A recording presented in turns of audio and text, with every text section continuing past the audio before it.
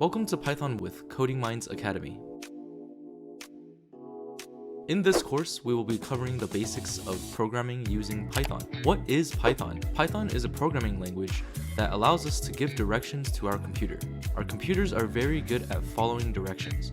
In this class, we will learn how we can communicate with our computer and do unimaginable things with just your fingers and a keyboard. Computer science is a broad field and you can accomplish many tasks with it. You can build lots of cool stuff with Python, like creating a video game, programming an AI self-driving car, and delving into blockchain and crypto technologies. But first, we have to learn the basics. We will learn about variables, Boolean values, loops, functions, and much more. These words may not make sense to you now, but you'll be experts in no time. Some of the projects you may complete in this class are creating a rock, paper, scissors simulator, building a RPG adventure game, creating your very own trivia quiz, and more.